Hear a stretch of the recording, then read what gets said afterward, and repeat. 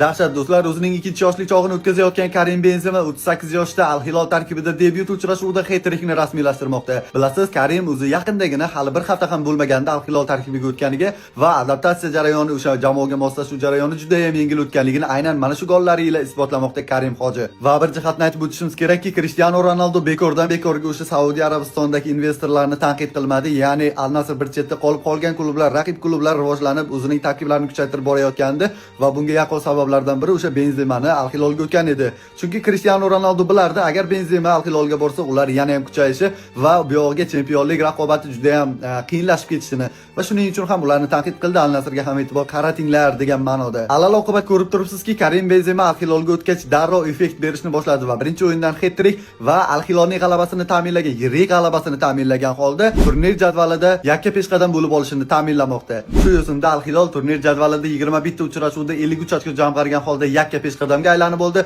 Cristiano Ronaldoning jamoasi Al Nassr esa ulardan ikkita kam o'yin o'tkazgan holda, ya'ni 19 ta o'yinda 46 ochko jamg'argan holda 3-o'rinni egallab turibdi. Do'stlar, shunaqangi tezkor futbol xabarlaridan quruq qolmaslik uchun kanalimga obuna bo'ling. Eslatib o'taman, bu futbolga oid eng yaxshi sahifalardan biri.